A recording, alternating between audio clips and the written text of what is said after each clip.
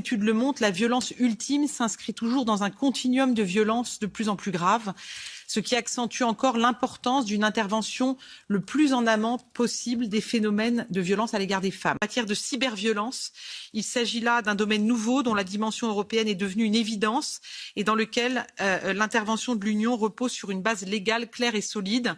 Je le rappelle, la Convention d'Istanbul ne comportait aucune référence à la cybercriminalité.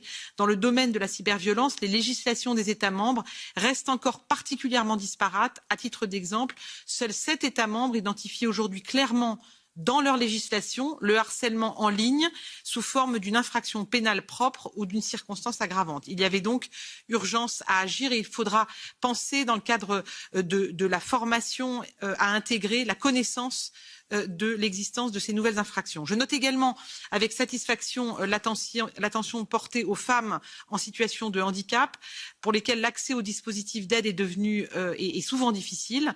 Et aujourd'hui, moins de la moitié des États membres indiquent en effet avoir mis en place des services d'aide aux victimes de violences pleinement accessibles aux personnes porteuses de handicap, qu'ils soient physiques ou mentaux. Et donc je me félicite moi aussi que nous ayons pu être encore plus précis et que nos amendements en ce sens aient été pris en compte.